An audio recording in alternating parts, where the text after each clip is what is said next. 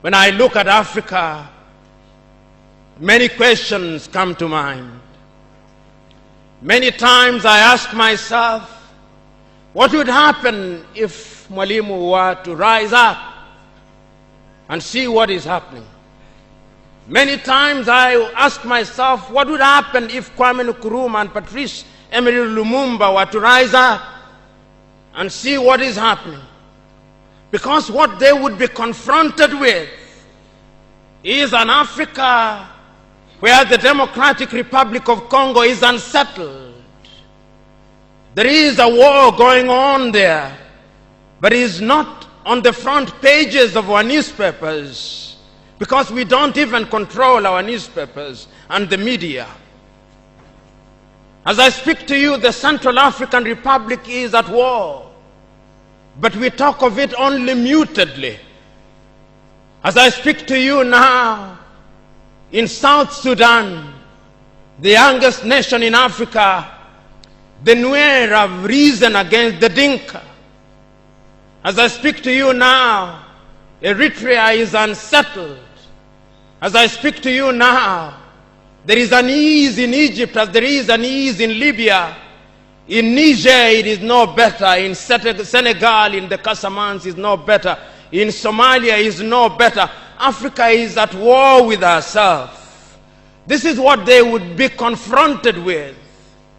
They would be confronted with an Africa which statisticians and romantic economists say is growing, but which in truth is stagnated. That is the Africa that they would be confronted with.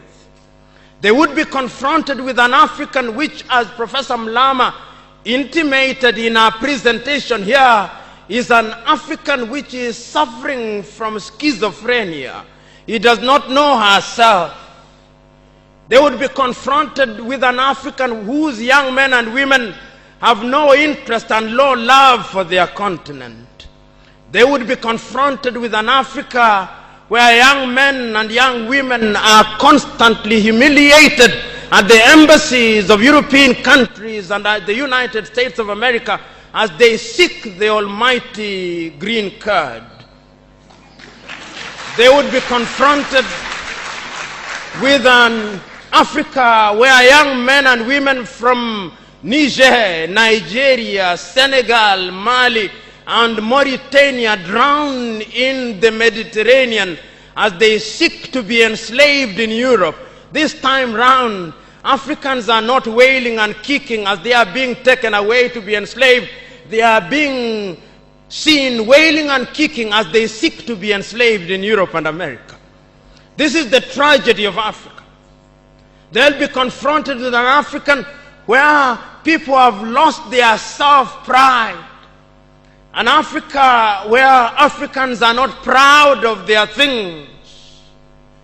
An Africa where in the hotels of Dar es Salaam or Nairobi, even food has foreign names. When we fry potatoes, we call them French fries, even when they are fried in Dar es Salaam. That is the Africa that they would be confronted with. They would be confronted with another Africa. An Africa which does not tell her story. An Africa whose story is told by Europe and America, the CNN, Radio Deutsche Welle, Radio France. That is the Africa they would be confronted with. They would be confronted with the young men and women who have no pride in Africa.